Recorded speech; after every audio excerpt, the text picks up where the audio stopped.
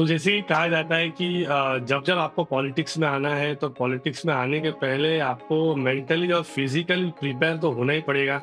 और बहुत ही मतलब ऐसी चीज़ है पॉलिटिक्स की, आपको कभी-कभी अपना घर-बार छोड़ना पड़ता है, कभी-कभी आपको आपका फैमिली छोड़ना पड़ता है। कभी-कभी ऐसा होता है कि जब आपके पास में टाइम है, तो वो टाइम जो है वो टोटली डेडिकेटेडली वो पॉलिटिशियंस को देना पड़ता है, जनता को देना पड़ता है। तो ऐसे ही हमारे बीच में एक शख्स आज आ चुके हैं, वो हैं हमारे स्थानीय जो माजी नगर सेवक हैं, अनिल भोसले जी, सभापति होके गए और एक जो किंग मेकर का टैग इनको मिला हुआ है, वो हमारे बीच में यहाँ पे आ चुके हैं। तो कैसे हैं अनिल भोसले जी आप? नमस्कार। नमस्कार। सबसे पहले आपके जो चैनल है, उसको मैं सबसे पहले तहे दिल से मैं धन्यवाद देता हूँ। आप क्रिकेट के इसमें से सबसे ज़्यादा आपका चैनल काम करता है, ठीक है? मैं पहली बार राजकीय इंटरव्यू लेने के लिए मेरे ख़्याल से पहला इंटरव्यू है आपका। जी। आप इंटरव्यू ले रहे हैं। बोलिए क्या सवाल है आपके, क्या पूछना चाहते हैं? तो जैसे कि अभी बहुत टाइम पे मैंने पहले भी मतलब बहुत सारे इंटरव्यूज़ लिए, लेकिन मैंने वो क्रिकेटर्स के इंटरव्यूज़ लिए। लेकिन आज जो पहला जो इंटरव्यू जो मैं ले रहा हूँ कि एक पॉलिटिशियन, वो भी इतने साफ दिल के पॉलिटिशियन हैं कि कभी भी किसी के लिए भी आप चले जाते हैं, कुछ भी हो, छोटी से छोटी प्रॉब्लम में आप चले जाते हैं। कभी-कभी आपको ऐसा नहीं लगता है कि नहीं, नहीं मेरा फैमिली है, मेरा भी घर-बार है, मुझे सब कुछ छोड़-छाड़ के मेरे को मेरी फैमिली को टाइम देना चाहिए। सबसे पहले जब मुंबई में पहली बार गाँव से भाग के आया था ₹140 लेके, जब यहाँ पे आया, हमने यहाँ पे मुंबई में काफ़ी अ, गरीबी को नज़दीक से मैंने देखा, काफ़ी स्ट्रगल किया। तो मैंने ₹8 में नौकरी भी की, साथ में मेरा पेंटिंग का व्यवसाय था, मैं आर्टिस्ट था। मैं उसके माध्यम से यहाँ पे काम करता था। लेकिन यहाँ पे उस समय में यहाँ पे बहुत सारी दादागिरी थी। यहाँ पे लोकल जो यहाँ के हमारे आदिवासी बांधव है, उनकी दादागिरी, यहाँ पे गाँव वाले मतलब ये सब भाई लोगों का एरिया था। और हम लोग मुंबई शहर में रोज़ी-रोटी की तलाश में, चाहे यूपी से बोलो, महाराष्ट्र से बोलो, राजस्थान बोलो, गुजरात बोलो, अन्य-अन्य जगहों से यहाँ पे लोग आए। ये रोज़ी-रोटी की तलाश में हम लोग काम करते थे यहाँ। लेकिन यहाँ के स्थानिक जो लोग हैं, जिनको हम उस टाइम के स्थानिक गुंडा जिसको बोलते हैं, काफ़ी गुंडागर्दी थी। उस समय में हम लोगों ने एक मंडल के माध्यम से हमने काम चालू किया और उस समय से आज तक सतत मतलब यहाँ पे जिसका कोई नहीं है, हम सब एक-दूसरे के भाई हैं और एक-दूसरे के साथी हैं। ना जात पे, ना पात पे, हम सब मिलके एक अड़चन पे, एक गुंडागर्दी के विरोध में हमने उस समय में आज से 1990 की बात करता हूँ मैं 88 में मुंबई में आया। 88, 89 से लेके 90 से लेके आज तक हम लोगों ने यहाँ पे जनता मित्र मंडल स्थापन किया। उस मंडल के माध्यम से वो काम चालू किया, वो आज तक रुके नहीं है। जी, जैसे कि आपने बताया कि काम तो रुका नहीं, तो डेफ़िनेटली हम सारे लोग तो देख ही रहे हैं कि काम रुका नहीं है। लेकिन जैसे आपने बताया कि मतलब आपने पेंटिंग का व्यवसाय किया और जहाँ तक मेरे सोर्सेज़ से मुझे मालूम पड़ा है कि आप माइक्रो में भी काम करते थे। मतलब वहाँ से एक छोटी-सी चीज़ पे और इतने बड़े प्लेटफ़ॉर्म पे आप पहुँचे। तो वो कैसे सारी चीज़ें हुई? यहाँ पे सबसे पहले शुरुआत में मैं यहाँ पे माइक्रोमैक कंपनी में काम किया। उस समय में हमें ₹8 पगार था। उसके बाद मैंने फार्मेसी में काम किया। उसके बाद और भी कहीं कंपनी में मैंने काम किया। जब हम लोग नौकरी करते थे, नौकरी से आने के बाद यहाँ पे ये जो परिसर था, ये परिसर में हमारा पगार भी घर पे नहीं आता था। अगर अभी हम लोग किधर रहने के लिए जाए तो लोग दारू पी के रात को इसको मार, इसका पगार छीन, ऐसे-ऐसे हालात थे। कभी भी यहाँ पे कुछ भी मतलब यहाँ के जो पहले के जो अभी तो आदिवासी बांधवों से जब झगड़े नहीं करते, पहले के जो लोग दारू पीने वाले लोग थे, गुंडागर्दी करने वाले लोग, वो किसको भी पकड़ते, मारते थे, पगार छीन लेते थे। कभी-कभी हम लोग को भूखा रहना पड़ता था। वो हालात ये लोग पैसा छीनने के बाद होते थे। पोल्यूशन भी एक ही पोल्यूशन था, सफारी की तरह, वो वहाँ पे उतनी सुनवाई नहीं थी। तो वो हालात में हम लोगों ने एक संघर्ष किया और संघर्ष करके लोगों को इकट्ठा करके काम करने का प्रयास किया। जी, जैसे कि आपने इकट्ठा किया लोगों का प्रयास किया, ये तो मतलब बहुत सारे जो मैसेजेस मुझे आते हैं, बहुत सारे कॉल्स आते हैं, वो तो मुझे हमेशा बोलते रहते हैं कि मतलब सबके सुख और दुःख में आप हमेशा खड़े होते हैं। लेकिन सबसे इम्पोर्टेंट चीज़ ये है कि जो स्ट्रगल जो आपने जो किया हुआ है, जैसे आपने हमें बताया कि पैसे छीन लिया जाता है, सारी चीज़ें हो जाती थी। लेकिन कभी ऐसा आपके साथ में हुआ है कि कभी आप मतलब भूखे सो गए हो? मतलब आज तो आपके पास में ऊपर ने सब कुछ दिया हो। निश्चित मैं माइक्रो में जब काम करता था, मुझे ₹8 पगार था। यहाँ के कुछ लोगों ने मुझे मार के मेरा पैसा पूरा छीन लिया। तभी मेरा नया-नया मैं था, इतना लोगों का मेरा पहचान भी नहीं था। वहाँ पे वड़ा पाव का दुकान था, वहाँ पे उधारी पे वड़ा पाव खा के हमने 15 दिन निकाला, फिर खर्चे का पैसा मिला। उसके बाद 15-15 दिन, 1 दिन के बाद में पाव किलो चावल हम लोग पका के, वो भी भट्टे पे, माइक्रोवेव भट्टी थी। वो भट्टे पे पाव किलो चावल पका के कांदा, टमाटर काट के उस टाइम में हम लोग खाते थे, क्योंकि पगार का पैसा अगर छीन लिया, अगर जेब में पैसा नहीं है तो आदमी करेगा क्या? और उस टाइम में पैसा नहीं तो कोई पैसा भी नहीं देता। वो हालात भी, वो गरीबी हमने देखी है। और इसीलिए हम लोगों ने मुंबई शहर से जो 50 किलोमीटर, 30 किलोमीटर जो लंबा है, वहाँ से यहाँ पे रोज़ी-रोटी की तलाश में आए हैं। वही हमारा यहाँ पे कौन सगा है, कौन रिश्तेदार, कौन बिरादर हमने देखा नहीं। जात-पात का राजकारण तो अभी हुआ। उस समय में जो हमारे साथ में जो दुखी है, यहाँ पे किसी का सहारा नहीं। हमें ही एक-दूसरे का सहारा बन के हमने काम किया और इसके माध्यम से हमने हज़ारों लोगों के घर तक जाने का प्रयास किया। क्योंकि जो मेरे साथ में हुआ, क्योंकि यहाँ के लोगों ने मुझे मारा, मार के मेरे सर पे 8 टाँके भी गिराए। कहीं मतलब जिसको अगर किसी को बोलने को जावे, अगर यहाँ पे पानी के लिए लपड़े, पानी भरने को जाए तो वहाँ पे दादागिरी, राशन दुकान पे जाओ तो वहाँ पे दादागिरी, घर पे आने के लिए जाओ तो वहाँ पे दादागिरी, कहीं अगर खुला सांस लेके कहीं अगर बैठने को जाए तो वहीं भी दादागिरी, किसी अगर जगह खरीद ले भी, वहाँ पे अगर घर बनाने का है, तो वहाँ पे वो जगह पैसा भी लेके भी कब्जा होता था। वो हालात, ये परिस्थिति नहीं, ये परिस्थिति यहाँ की थी। पर वो परिस्थिति में हमने काम किया। करेक्ट। तो जैसे कि आपने बताया कि इतनी सारी चीज़ें आपके साथ में हुई, तो उसके बाद में ऐसा कभी हुआ कि आप फैमिली के साथ में आए थे यहाँ पे, कि तभी आप अकेले ही थे यहाँ? मैं अकेला आया था। बाद में मेरी शादी हुई। हुँ। लेकिन यहाँ पे सभी लोग कम से कम उस टाइम में कृष्णा माखरे जी उस टाइम में भाजपा का काम करते थे। मैं भी पेंटिंग का व्यवसाय करता था। गुरुदास पाटिल जी हमारे नेता हैं।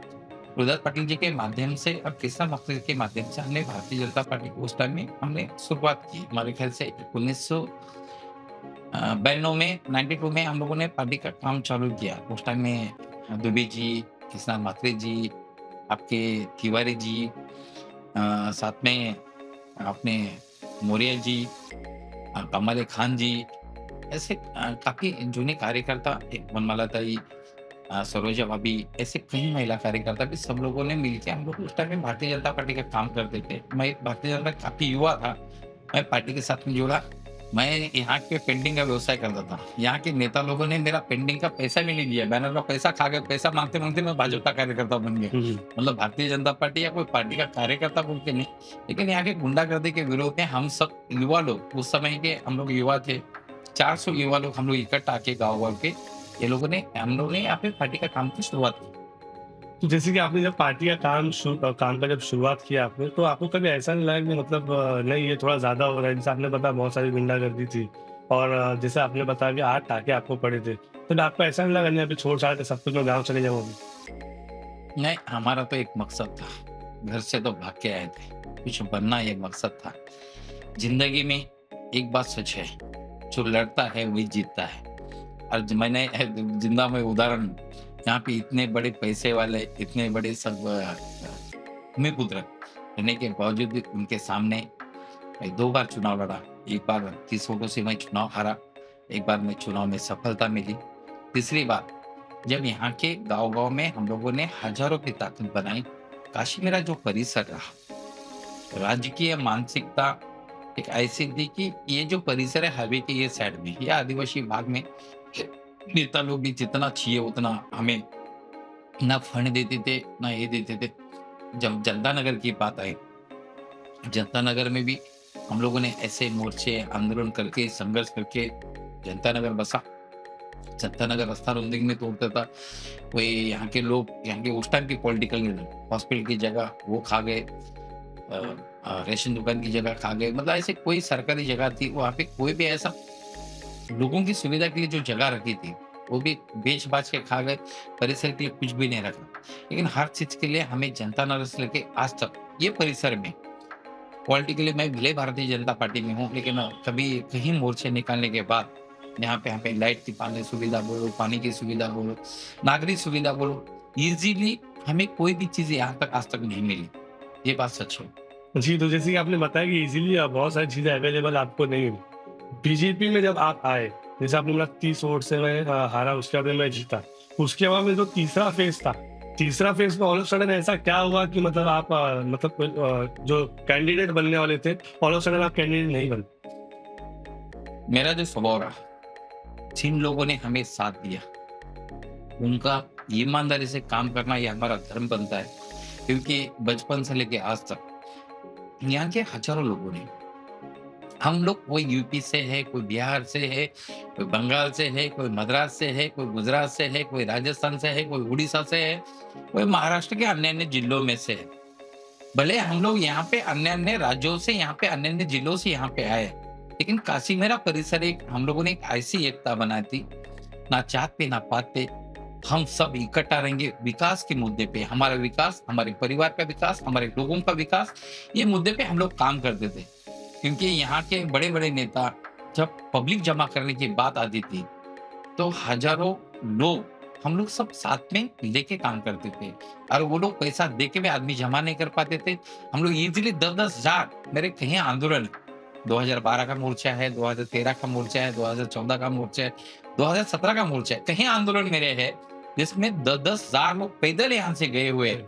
हज़ारों की जो ताकत थी, इतनी ताकत जुड़ गई तो कहीं नेता लोगों को जो हमसे बड़े नेता है, उनके दिमाग में एक डर पैदा हो गया होगा कि हो सके ये कल ये एमएलए का टिकट ना मांगे। अरे! इसलिए वो क्योंकि जातिवाद के नाम पे मेरा बेटा में टिकट काटा गया।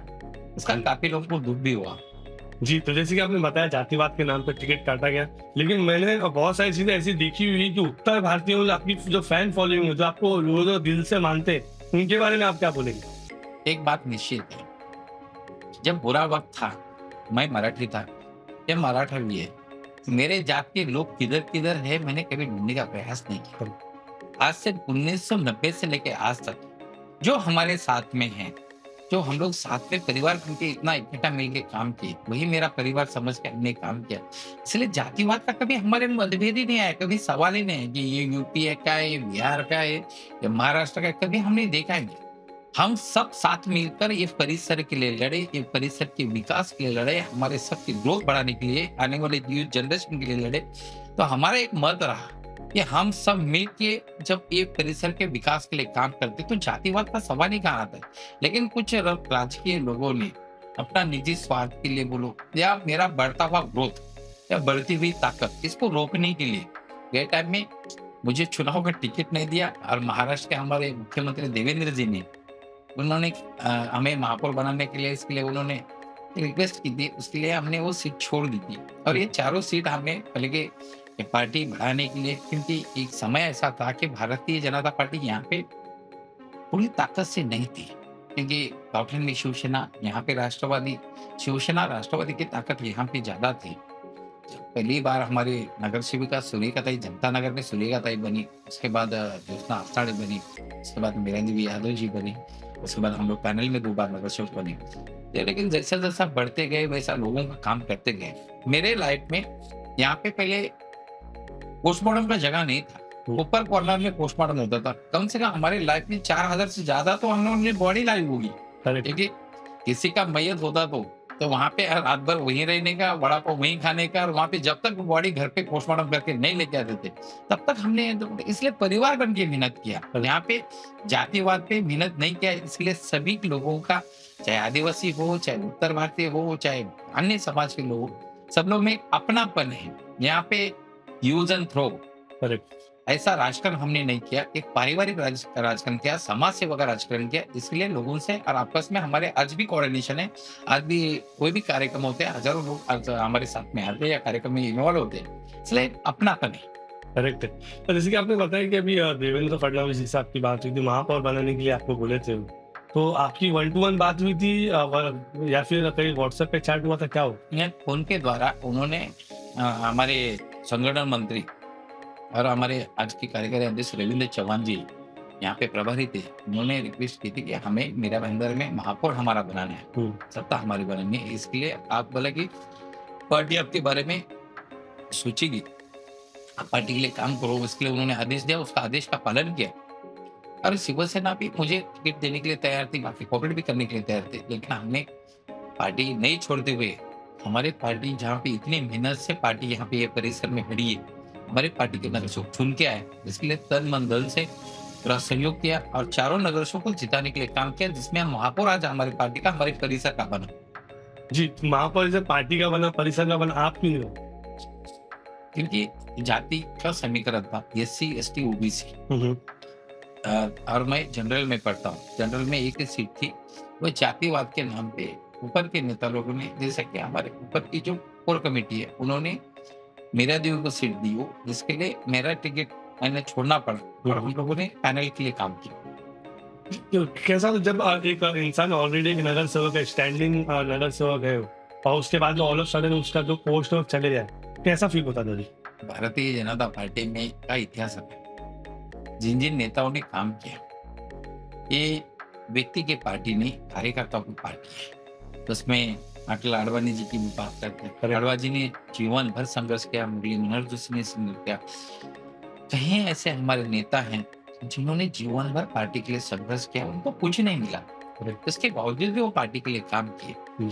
आज भी महाराष्ट्र में हमारे देवेंद्र जी मुख्यमंत्री थे, जी। उन्होंने उप मुख्यमंत्री बन के काम किया। पार्टी में चढ़ाव उतार आता है, लेकिन समय के साथ में सबको लेके चलना, इकट्ठा बना के चलना, वो सबसे बड़ी बात है। घर तोड़ने के लिए कम टाइम लगता है, जोड़ने के लिए काफी समय लगता है। जो स्वार्थ के लिए आदमी अगर स्वार्थ है, अगर अपना ही स्वार्थ है, तो आदमी छोड़ छाड़ के चला जाता है, भाग जाता है। पार्टी में हमने अगर उस टाइम में अगर नियत में अगर खोट होती तो मैन पावर भी थी, ताकत भी थी, अन्य अगर कोई पार्टी से टिकट भी मिल रहा था, टिकट लेके नगर शौक बन सकता था। नगर शौक बनना बड़ी बात नहीं है, वो को निभाना बड़ी बात है। करेक्ट। और हमारे परिसर नॉन डेवलपमेंट करने के कारण यहाँ पे काफी लोग हमारे इधर की, जैसे कि मालवीपाड़ा है, डाचकोपाड़ा है, गाजूपाड़ा है, जो गरीब लोग यहाँ पे पैसा डाल के जो घर लिए थे, झोपड़ा उन लोगों को उद्ध्वस्त करके, लोगों का मनसूबा यह था कि ये उत्तर भारतीय यहाँ से भाग जाए, करेक्ट। रहे ही नहीं। उसके लिए भी जो लोग हमारे साथ में थे, इसलिए संघर्ष करके पार्टी के माध्यम से, देवेंद्र जी के माध्यम से ये परिसर बसाने का, जैसा जनता नगर बसाने के लिए हमने मेहनत की, वैसा ये परिसर भी काजूपाड़ा से लेके मालवीपाड़ा तक परिसर के लिए काफी संघर्ष हम लोगों ने किया। आज यहाँ पे परिसर में जो भी लोग नेतागिरी कर रहे हैं, इसके ऊपर मैं टीका टिप्पणी नहीं करना चाहता हूँ। उन्होंने भी यहाँ पे लक्ष्य विधि के माध्यम से ये लोगों को बांग्लादेशी बोल के वापस बर्बाद करने का प्रयास किया था। 2012 में बर्बाद हुए, उसके बाद और बर्बाद करने का, लेकिन सबका साथ सबका विकास मोदी जी का नारा है। हम सब मिलकर, सभी समाज के लोग मिलकर लड़े और उसको हमें सफलता मिली। आज पूरा परिसर, जहाँ पे लाइट नहीं थी, पानी नहीं था, या अन्य कोई नागरिक सुविधा नहीं थी, लोग रहेंगे क्या नहीं रहेंगे वो हालात में थे। आज 2012 की परिस्थिति देखो और आज की परिस्थिति देखो, आज पूरा गांव बसा है, लोग खुशी से है। इसीलिए लोगों में आपस में, मुझ में और लोगों में एक राजकीय कोऑर्डिनेशन नहीं, करेक्ट। एक अपनापन का कोऑर्डिनेशन है, करेक्ट। एक परिवार का सदस्य बन कोऑर्डिनेशन है। जी, परिवार का सदस्य बन के कोऑर्डिनेशन तो वो तो है डेफिनेटली, लेकिन काफ़ी बार ऐसा हो जाता है कि मतलब आपको बहुत सारे चैलेंज आते हैं, जैसे कार्यकर्ताओं का हैंडल करना, क्योंकि बहुत सारे आपके पुराने कार्यकर्ता हैं, जिनको भी आज ऐसा है कि उनको भी नगर सेवक बनना है और उनको वो अपॉर्चुनिटी नहीं मिलती है। वो सारी चीज़ें कैसे हैंडल करते हैं? क्योंकि मेंटली बहुत ही ज़्यादा स्ट्रेस होता है वो हैंडल करने के लिए। क्या होता है मालूम, परिवार है, हर परिवार को सदस्य को लगता है मुझे बराबर का हिस्सा मिले। करेक्ट। अब अगर एक परिवार में काम करता है तो अपेक्षा रखना कोई गुनाह भी नहीं, लेकिन ये है कार्यकर्ता बन के काम करना, किसी नेता के साथ में रह के काम करना और फुल टाइम समय अपना परिवार का समय दे के काम करना, इसमें अंतर है। जो कार्यकर्ता जो लायक है, जो तन मन धन से पूरा अपना घर द्वार त्याग कर दे, समय अगर लोगों के लिए देगा, तो हमारे पार्टी में किसी का चेहरा देख के टिकट नहीं दिया जाता है, सर्वे करके टिकट दिया जाता है। पार्टी में सर्वे होते हैं एक बार में, एक तो महाराष्ट्र प्रदेश के होते हैं, हमारे सीएम साहब के होते हैं, यहाँ पे जिला स्तरीय सर्वे होते हैं। सर्वे में जो कार्यकर्ता का नाम आता है, जो कार्यकर्ता लोगों का सच में समाज सेवा कर रहा है, काम कर रहा है, उस उसको टिकट मिलेगा। इसके लिए, लेकिन ये बात है, मैं करूंगा कुछ नहीं, नेताओं के आगे पीछे घूमूंगा, नेताओं की चपलूसी करूंगा और टिकट मांगूंगा, तो ये होने वाला नहीं है और ये करना भी नहीं चाहिए। जी, जी, एग्ज़ैक्टली, ये करना भी नहीं चाहिए। और जैसे कि आपने बताया कि बीजेपी ऐसी पार्टी है जो पूरा सर्वे करके टिकट देती है। मेरा ये सवाल रहेगा आपसे कि बीजेपी ही क्यों? शिवसेना है, कांग्रेस है, बाकी बहुत सारे ऐसे अन्य पार्टीज़ हैं। जैसे कांग्रेस भी मतलब काफ़ी टाइम तक सत्ता में थी। राष्ट्रवादी थे अपने वहाँ पे सत्ता में। तब आपने बहुत ही संघर्ष किया बीजेपी के लिए, फिर भी आपने बीजेपी छोड़ा नहीं। बीजेपी में ऐसा क्या है कि बीजेपी नहीं छोड़ना आपको? बीजेपी एक विचारधारा है, एक हिंदुत्व की विचारधारा रहने के कारण, और अपने परिसर में सकल हिंदू समाज बड़े पैमाने पे है। सामाजिक समीकरण अगर लेके चलने को चाहे, कांग्रेस की जो विचारधारा है, कांग्रेस ने आज भी, कांग्रेस को मुस्लिम समाज एक्सेप्ट करता है या मुस्लिम समाज छोड़ देता है। कांग्रेस ने 60 साल में मुसलमानों को दिया पान का टपरी, ठेले का दुकान, हम्म, भंगार का धंधा, इसके सिवा कोई तो दरगाह कमेटी, कोई हज कमेटी को थोड़ा सा रियायत देके मुसलमानों को भड़का का काम कांग्रेस ने किया। कांग्रेस के हमारी विचारधारा इसलिए नहीं करते, अगर कांग्रेस ने मुस्लिम समाज को या उनको एजुकेशन में अगर रियायत दिया होता, हम्म, मुस्लिम समाज के बच्चों को पढ़ाने में अगर मदद की हम्म, होती, तो उनके बच्चे डॉक्टर, इंजीनियर या बड़े पोस्ट पे काम करते। correct, इनका वोट बैंक है ना, वोट बैंक बचा के रखने के लिए मुस्लिम समाज को कांग्रेस ने कभी भी आगे नहीं बढ़ाया। लेकिन इसलिए असली अगर जातिवादी की राजनीति करती है तो कांग्रेस करते, इसलिए कांग्रेस का हमारी विचारधारा नहीं बढ़ी। करेक्ट है, करेक्ट है। कांग्रेस की विचारधारा और बीजेपी की विचारधारा मतलब ऐसा है कि जमीन और एक आसमान, ऐसी विचारधारा है। लेकिन अभी हाल ही में जो हमारे जो एमएलए जो अभी चुन के आए और बहुत ही बड़े मार्जिन से चुन के आए, जो नरेंद्र मेहता जी, इनसे आपका रिलेशन कैसा है? क्योंकि आपको टिकट मिली नहीं, उसके बाद में फिर कैसा होगा? मतलब कुछ खटास थी या अभी भी मतलब सब कुछ ओके ओके है या फिर बहुत अच्छा है? नरेंद्र मेहता जी एक अच्छे कार्यकर्ता हैं, एक अच्छे नेता भी है। लेकिन क्या होता है, कभी कभी हम लोग राजकारण जब करते हैं, नरेंद्र मेहता जी का हमारा मतभेद, वैचारिक मतभेद है, इसमें कोई दो मत नहीं है। वैचारिक मतभेद ये है, जो संगठन के लिए लोग काम करते हैं। गोपीनाथ मुंडे जी ने अच्छे अच्छे कार्यकर्ता अगर महाराष्ट्र में नहीं जोड़े होते, तो भारतीय जनता पार्टी महाराष्ट्र प्रदेश में बड़ी नहीं होती। सही बात। आज हमें जो बड़े नेता हैं, क्योंकि नरेंद्र मेहता जी को भी गोपीनाथ मुंडे जी ने ही भारतीय जनता पार्टी में लाया था। जी। और उनका आदर्श मानकर जो संगठन के लिए ईमानदारी से जो लोग काम करते हैं, उनको हेल्प करना चाहिए, उनको आगे बढ़ाने के लिए प्रयास करना चाहिए। गोपीनाथ मुंडे जी के नेतृत्व में कई कार्यकर्ता आज महाराष्ट्र में पड़े।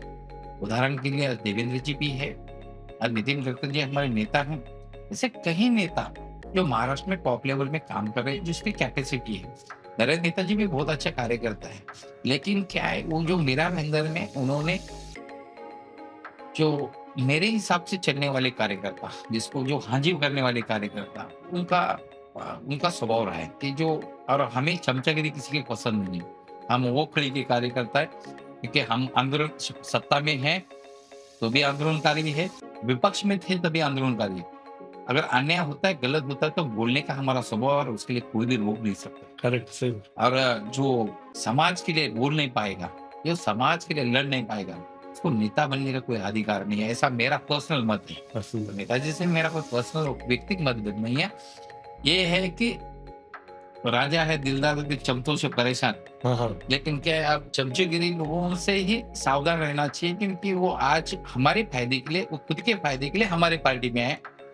कल यहाँ से अपना फायदा नहीं होता और कहीं चले जाएंगे। जिन्होंने सच में पार्टी के लिए त्याग दिया है, जो पार्टी के लिए काम कर रहे हैं, तो संगठन को बढ़ा रहे, भारतीय जनता पार्टी को मजबूत करने और काम करने वाले कार्यकर्ताओं को एवं ऐसे लोगों को बढ़ावा देना चाहिए। ऐसा मेरा फर्स्ट मत है। जी, फर्स्ट मत है कि जो जितने भी जो कार्यकर्ता जो आपके लिए काम कर रहे हैं, उनको उनको आप सपोर्ट करें, आगे आके उनको उनको जो भी ज़रूरत है उनकी पूरी करें। ये बहुत ही अच्छा आपका एक थिंकिंग भी है। लेकिन अगर मैं आपको पूछूं कि नरेंद्र मेहता जी के 5 ऐसे अच्छे काम बताइए और 5 बुरे काम बताइए, तो क्या 5 अच्छे काम होंगे और क्या 5 बुरे काम होंगे? अच्छे काम तो उन्होंने शहर के लिए बहुत अच्छा काम किया है। रस्ते का भी सबसे पहले एमएमआरडी के रस्ते के बाद लोग, दूसरा संगठन कौशल्य उनमें बहुत अच्छा है कि जिन्होंने हम लोग जब पार्टी में काम करते थे, 29 से 61 नगर शो बनाने में सभी कार्यकर्ताओं को इकट्ठा कोऑर्डिनेशन करने, उनका जो कोऑर्डिनेशन जो बॉन्डिंग है वो बहुत बढ़िया है। अच्छी बॉन्डिंग से उन्होंने काम किया। तीसरा, यहाँ पे भारतीय जनता पार्टी का महापौर नहीं था, खुद आमदार भी बने हो, हम्म, महापौर भी बनाने के लिए सभी लोगों को कोऑर्डिनेशन किया, भी एक अच्छी बात है। ये शहर में बहुत सारे विकास की जो पानी का मुद्दा था या कई मुद्दों पे उन्होंने संघर्ष किया। वो भी अगर कोई कदा काम नहीं होता है, प्रशासन नहीं सुनता, सरकार भले हमारी हो, उसके बाद भी उन्होंने आंदोलन किया, काम किया। दूसरा, रेशनिंग के विषय में जो आम आदमियों को राशन कार्ड नहीं मिल रहा था, रेशनिंग ऑफिस में भ्रष्टाचार चल रहा था, वो रेशनिंग इसलिए ऐसे कई काम है जो मेहता जी ने बहुत अच्छे काम किए। करेक्ट। और 5 बुरे काम अगर मैं आपको पूछूं? बुरे काम बोलो तो बुरे काम ये है, कहने का तात्पर्य ये है कि अगर उनको सबसे पहले तो जो इस शहर में हम लोगों ने इतने लोगों को जो पार्टी में लिया, हम्म, अच्छे कैरेक्टर के कार्यकर्ताओं को लेना चाहिए था, ये मेरा मत लगा। तो उन्होंने कई टाइम में घाई में किया है, कैसा किया, ऐसे कई लोगों को पार्टी में लिया इसमें अपने परिसर में वो खुद ही बदनाम है। करेक्ट। तो उसमें परिवर्तन की आवश्यकता है। दूसरा, मैं, मेरा और अपना। हुँ, मैं अगर हमदर्द है, तो मैं हमदर्द हूँ।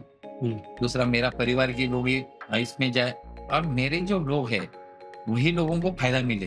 हुँ, ये मानसिकता से बाहर आना चाहिए, ऐसा मुझे लगता है। हुँ, तीसरा, अभी जो संगठन है, संगठन में ऐसे कुछ लोग हैं, जो संगठन का काम नहीं कर रहे, लेकिन सबको पद चाहिए। हुँ, हुँ, उनको उनके हिसाब से पद देके, हुँ, जवाबदारी देके, मेन जवाबदारी से बाहर निकलना चाहिए, ऐसा मुझे लगता है। चौथा विषय है, हम सब मुट्ठी बन के अगर काम करेंगे, हुँ, हुँ, क्योंकि एकता में ताकत है। आपस के सभी मतभेद भूलकर भारतीय जनता पार्टी मेरा भेंदर मजबूत करने के लिए हम सबको इकट्ठा मिलकर काम करना चाहिए, ऐसे एक मुझे लगता है। और एक सबसे बड़ा विषय है कि आने वाले महापालिका चुनाव में हुँ, हुँ, शहर के हित के लिए, परिसर के हित के लिए और खास करके समाज से जुड़े हुए लोगों के लिए ही टिकट मिले। करेक्ट। मतलब जिससे आम लोगों का भरोसा बढ़े पार्टी के प्रति, उनके और भी ये बढ़े, पार्टी की ताकत बढ़े। हुँ। इसलिए ऐसे लोगों को प्राधान्य देना चाहिए, ऐसा मुझे लगता है। जो गए टाइम में जो हुआ वैसा नहीं होना चाहिए। ऐसे 5 बुराई। जी, एग्ज़ैक्टली जो गैर टाइम हुआ वो नहीं होना चाहिए, लेकिन जैसे आपने एक बहुत ही बोल्ड स्टेटमेंट दिया हुआ है कि इनडायरेक्टली आप ये कह रहे हैं कि मतलब जितने उनके परिवार के लोग हैं उनको आगे बढ़ा रहे हैं, जो ज़्यादा क्लोज़ है उनको आगे बढ़ा रहे हैं। जो कार्यकर्ता में कैलिबर है उनको वो आगे नहीं बढ़ा रहे। तो ये जो टिकट जो देते हैं, ये टिकट कौन देता है? नगर सेवक का? टिकट के लिए कोर कमेटी होती है। हुँ, प्रदेश हम लोग जिला स्तर पे, हमारी कोर कमेटी होती है जिला स्तर पे। स्तर पे करके कोऑर्डिनेशन अंदर करते हैं और प्रदेश इसमें भी इन्वॉल्व होता है और सब लोग इन्वॉल्वमेंट मिलके टिकट देते हैं। किसी हमेशा टिकट नहीं देते, लेकिन सिफारिश होती है हुँ, कि हमारे ये वो है, हमारे वो, ऐसे कुछ नेताओं के अपने, जिसके बारे मेरे भाषा में चेले चपाटे, हुँ, हुँ, हुँ, उनको प्रमोट करने के लिए तो नेताओं का प्रयास रहता ही है। हुँ। वो नहीं होना चाहिए, ऐसा मेरा स्पष्ट मानना है। जी, समझिए अभी जो इलेक्शन अभी आने वाला है और इलेक्शन के टाइम पे समझिए अगर आपको टिकट नहीं मिलता है, तो आप दूसरी पार्टी से नगर सेवक का इलेक्शन लड़ेंगे या अपक्ष लड़ेंगे या निर्दलीय लड़ेंगे? जी नहीं, हम लोग संगठन सर्वोपरि लोग हैं, संगठन के लिए काम करने वाले लोग। लेकिन एक बात निश्चित है, हमारे परिसर के लोगों का अगर सर्वे में अगर पीछा होगा, तो हम लोग पार्टी के पास नक्की जाएँगे।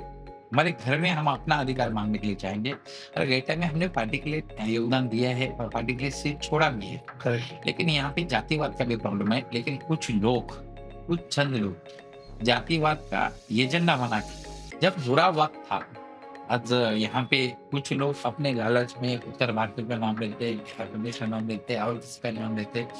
उस समय में कहाँ गए थे?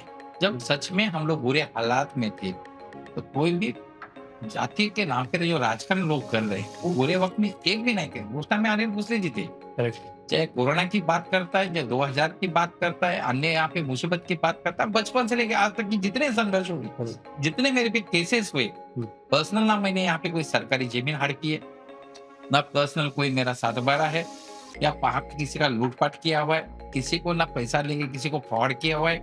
ऐसा कोई, मेरा कोई स्कूल है, ना कोई कॉलेज है। यहाँ पे ऐसा कोई जबरदस्ती खोटा काम मैंने किया नहीं। मेरा ट्रांसपोर्ट का व्यवसाय है, मेरा प्रॉपर्टी का व्यवसाय है, उसमें से मेरा 2 पैसा आता है, उसमें से मैं मेरा परिवार भी चलाता है, पार्टी भी चलाता है। करेक्ट। लेकिन कोई नेताओं के पास भीख माँगने के लिए भी नहीं गए। करेक्ट। ऐसे मेरा परिसर के लिए यहाँ से हम लोग, हमारे यहाँ के व्यवसाय, यहाँ से हम लोगों ने 2 पैसा माँग के पार्टी चलाने के लिए हमने पार्टी चलाई।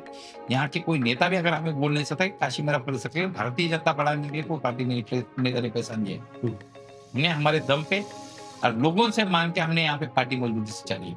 करेक्ट है। जैसे कि आपने बोला कि बहुत सारे केसेस है, कौन-सा ऐसा एक केस था जो आपको बहुत ज़्यादा परेशान किया और उसके अंदर मतलब वो एलिगेशन था या फिर आपने किया हुआ था वो या एलिगेशन था? कौन-सा ऐसा केस बहुत ज़्यादा आपको परेशानी हुई? रिलेशन वगैरह इमोशनल है, सबकी एक अपनी पर्सनल लाइफ होती है। हुँ, कि मेरे लाइफ में भी बचपन में हमारी एक पर्सनल लाइफ थी।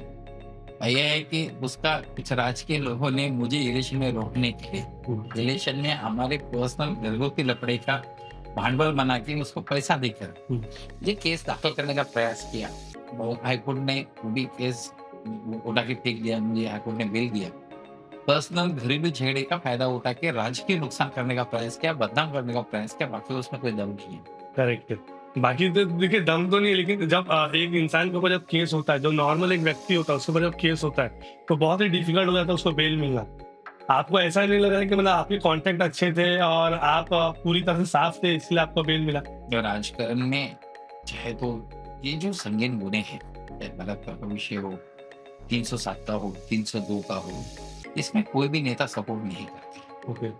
इसके लिए अगर हम सच्चाई है तो हमें अपनी सच्चाई खुद ही साबित करना पड़ता है, खुद ही लड़ना पड़ता है कि गलत कामों में पार्टी के, और मैंने कोई पार्टी के नेता से भी कोई किसी से मदद नहीं ली। ओके। क्योंकि मुझे पता था कि बचपन में हमारे ठीक है कुछ पर्सनल कुछ विषय थे, लेकिन ऐसा नहीं होता कि बचपन के कोई विषय बुढ़ापे में कोई है, लेकिन उसको पॉलिटिकली उसको रंग देना था।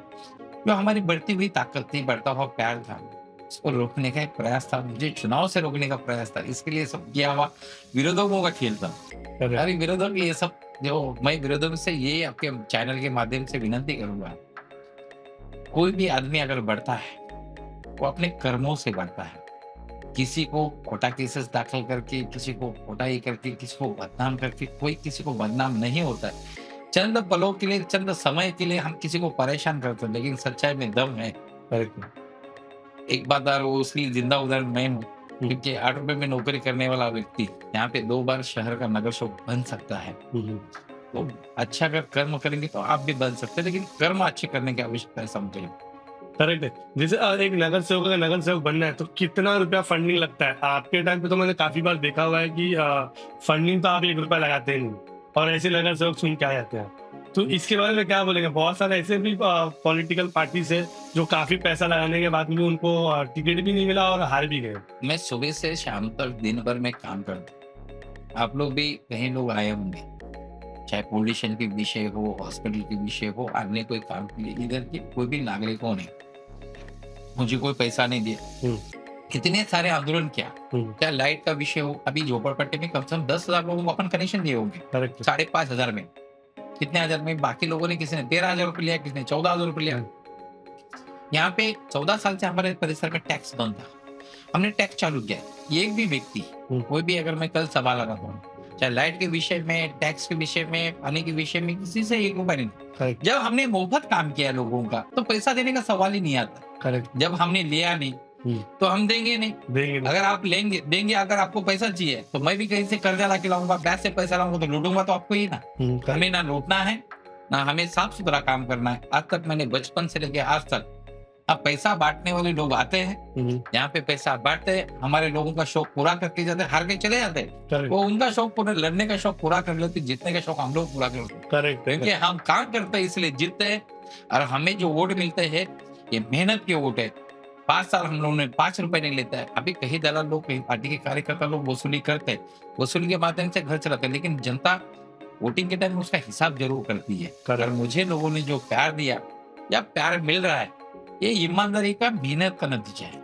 करेक्ट है, ईमानदारी और मेहनत का नतीजा तो है। लेकिन मेरा सवाल ये होगा आपसे कि अगर समझिए एक नॉर्मल इंसान को अगर नगर सेवक का इलेक्शन लड़ना है, पॉलिटिकल पार्टीज ऐसे होते हैं कि जैसे 3 महीने 4 महीने पहले ऑफिस डाल दिया उनको इलेक्शन लड़ना होता है और काफी पैसा उनके पास में। तो एक इलेक्शन में मैक्सिमम आज आपके पूरे पॉलिटिकल करियर में आपने कितना पैसा खर्चा होते हुए देखा हो?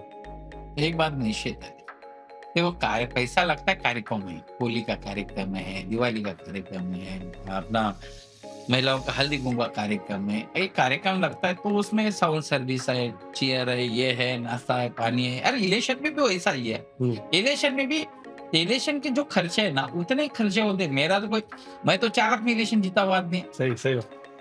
क्योंकि अगर पैसे वाले ही नगर सेवक होते तो आसिफ भाई नगर सेवक बन गए होते, दादा भाई नगर सेवक बन गए होते, अविनाश पटेल जी नगर सेवक बन गए होते, केसरा मात्रे जी नगर सेवक बन गए होते, वासु भाई नगर सेवक बन गए। अच्छे अच्छे पैसे वाले, ये परिसर का इतिहास रहा है। पैसा डालने के बाद भी कोई नगर सेवक नहीं बनता है। अगर आप जनता में, ये परिसर इधर के लोग होशियार है, समझदार है, जो आदमी काम करेगा वही जीत के आएगा, काम नहीं करेगा। गए टाइम में भी मैंने 5 साल जो काम किया था, जब लोग को जोड़ा था, ये अभी बाकी के हमारे चारों नगर सेवक को उसका भी बड़ा बेनिफिट मिला।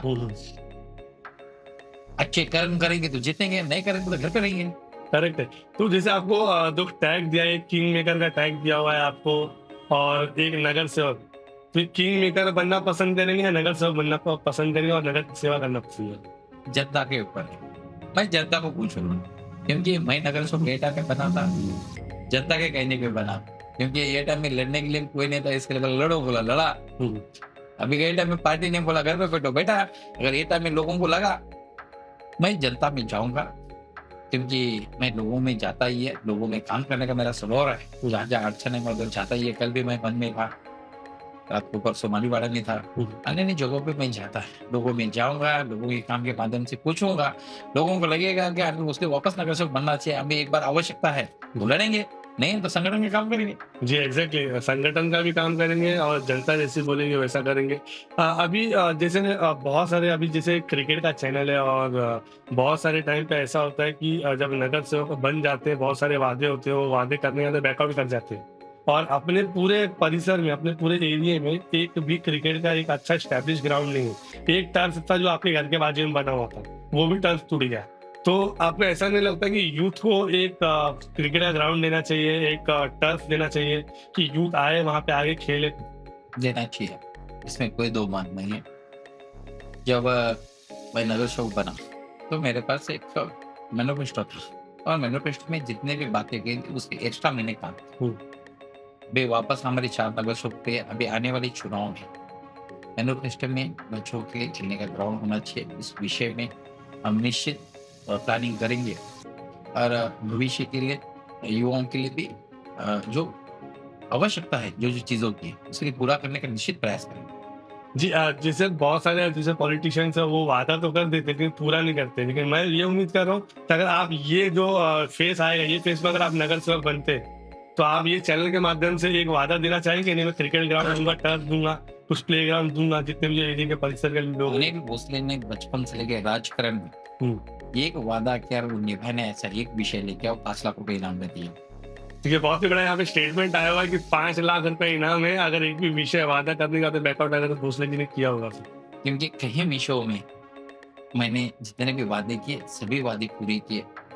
अभी एक ही विषय रह गया है हमारा, जो हमारे शहर में पानी का एक विषय, झुग्गी-झोपड़ी का विषय है, वो पानी का विषय है। जो बचे हुए या बीएसपी के लोग हैं, उनका पुनर्वसन का विषय है। हमारे मालीपाड़ा परिसर या के अन्य स्लम परिसर के जो कुछ काम है, उनके कुछ विषय बचे हैं। यूथ जनरेशन के लिए यहाँ पे अपना खेल का ग्राउंड के विषय बचे हैं। तीसरा, यहाँ पे हमें एक अच्छा छोटा-सा मतलब जो दवाखाना है, हुँ, हुँ। दवाखाने का एक विषय बचा है, जो हमारे लोगों को लंबा पड़ता है। ऐसे कई विषय बचे हैं। इस विषय के लिए हमको भविष्य में काम करना है। हमारे आने वाली जो पीढ़ी है, जो सीनियर सिटीज़न है, उनके लिए जैसा कि आप जैसे ग्राउंड की माँग किया, एक छोटा-सा गार्डन की भी एक गार्डन है, भी एक तालाब है हमने, जो छठ पूजा, गणपति, नवरात्रि में जाते हैं। हुँ, हुँ। वहाँ पे अभी काफ़ी क्राउड हो रहा है। हुँ, हुँ। उसका तालाब भी हमें डेवलपमेंट करने के विषय से कई विषय जो बचे हैं, आने वाले महापालिका चुनाव के बाद ये पूरे विषय में हम काम करने का निश्चित प्रयास करेंगे और ये जनरेशन, सीनियर सिटीज़न, उनके आरोग्य की व्यवस्था और सीनियर सिटीज़न के लिए गार्डन की भी व्यवस्था होनी चाहिए। ये विषय के लिए निश्चित ये जो कमियाँ हैं हमारे परिसर में, अभी हमने कहीं बसेस यहाँ पे चालू किया, गैस की लाइन लाई, कहीं रास्ते लाए, स्लम परिसर में सभी रास्ते डेवलपमेंट किए। हुँ, हुँ। मतलब अबव 60% काम हुआ है, अबव 40% जो काम बचा है, वो निश्चित अगले समय में हम पूरा करने का प्रयास करेंगे। और मैं नगर सेवक होता हूँ, तो तो नमस्कार नहीं तो चमत्कार करके भी काम करने का प्रयास करेंगे। और डेफ़िनेटली। अभी क्योंकि हम थोड़ा अलग टाइप के नगर सेवक रहे हुँ, हुँ। और मेरा अंदर में मेरे जैसा नगर सेवक एक में मैं हूँ हुँ, हो गया कि सत्ता के विरोध में मैंने कभी अभी हमारा विषय अगर नहीं सुनते होंगे तो भी हमारी गीता जी थी, हुँ, हुँ। तभी भी हमने मोर्चे निकाले, नेताजी थे तभी भी मोर्चे निकाले, डिम्पल जी थी तभी भी मोर्चे निकाले। कई विषयों में हमने संघर्ष करके ही अगर कोई विषय अगर नहीं होते तो करने का हमने प्रयास किया है और आगे भी जनहित में कभी जरूरत पड़ा होगा, वापस रास्ते में उतर के काम करने का निश्चित प्रयास करेंगे। डेफ़िनेटली। जैसे अभी आपने गीता जी का नाम लिया, गीता जैन का जो कि हमारे एमएलए होके गए वो अभी और मतलब वो जो इलेक्शन हारे, बहुत बड़े मार्जिन से वो इलेक्शन हारे। तो उसके पीछे आपको क्या वजह लग रहा है कि क्यों हारे वो इलेक्शन? नेताजी का मुझे जो लगता है चुनाव हारने का कारण ये है, उन्होंने मोदी जी का चेहरा लगा के, मोदी जी तुमसे बैर नहीं, हुँ, और नेताजी की खैर ने ये नारा लगा के उन्होंने चुनाव जीता। मतलब हम लोग भारतीय जनता पार्टी काफी गलत काम कर रही है, ये दिखाने का प्रयास उन्होंने किया था हुँ, और लोगों की सहानुभूति जमा करके उन्होंने ग्रेट आंक पे चुनाव जीता। हुँ, हुँ, 5 साल में जब आमदार बने, उन्हें वापस मौका था कि पार्टी के साथ में जुड़े और पार्टी के साथ में जुड़कर सभी कार्यकर्ताओं को साथ में लेकर, हुँ, क्योंकि आमदार बनने के बाद सबको ऐसा लगता है कि मैं मतलब यहाँ का मालिक हुँ, हुँ, और मैं मालिक है, मैं जैसा बोलूंगा वैसा सभी लोगों ने चलना चाहिए। हुँ, भारतीय जनता पार्टी पेड़ वर्कर कार्यकर्ताओं की पार्टी नहीं है, हुँ, कार्यकर्ताओं की पार्टी है। कार्यकर्ताओं को सबको साथ में लेकर अगर काम करेंगे तो निश्चित गीताजी को हार का सामना देखना नहीं पड़ता था, हुँ। लेकिन गीताजी ने यानी पार्टी के अगेंस्ट में जाके कभी शिवसेना, कभी भाजपा, कभी शिवसेना, वो कभी स्थिर नहीं रही।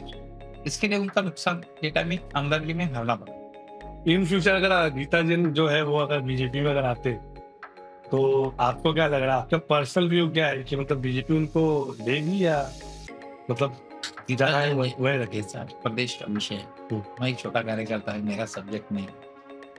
प्रदेश कोर कमेटी उसके बारे में डिस्कस कर सकते हैं, किसी को लेना है या किसी को नहीं लेना, हुँ, उसका हुँ। निर्णय पार्टी करती है, वो तो मैं नहीं करूँगा। अच्छा जैसे कोई यूथ को अगर बीजेपी में जॉइन करना है, तो वो कैसे जॉइन कर सकता है? आप तक कैसे पहुँच सकता है? कोई भी आदमी है, सामान्य आदमी ऑनलाइन में सदस्य बन सकता है, ऑनलाइन में पार्टी में मेंबर बन सकता है, पार्टी का काम कर सकता है। कोई इधर वसीले की जरूरत नहीं है। मैं ये नेता के पास जाऊंगा तो ही भाजपा ज्वाइन करूंगा, ऐसा नहीं है। भारतीय जनता पार्टी सर्व सामान्य लोगों की पार्टी है। कोई भी व्यक्ति अगर जिसको पार्टी में काम करना है, कोई भी व्यक्ति जुड़ सकता है, किसी के भी माध्यम से जुड़ सकता है। जी, इसकी जो कोई कोई भी व्यक्ति किसी के माध्यम से जुड़ सकता है, लेकिन अगर उसको अगर आप तक आना है, तो कैसे आएगा? कोई टाइम वगैरह है या मतलब आपसे मिलने का? क्योंकि आप भी बहुत ही बिज़ी होते हैं डे टू डे लाइफ में। तो मैं उस ऐसा कुछ नहीं, मॉर्निंग में सुबह से लेके शाम को 9 बजे तक तो मैं ऑफिस में रहता ही है। यार मैं सर्व सामान्य कार्यकर्ता, सर्व सामान्य आदमी को रास्ते पे मिलने वाला आदमी है। मैं लोगों के घर जाके मिलता है।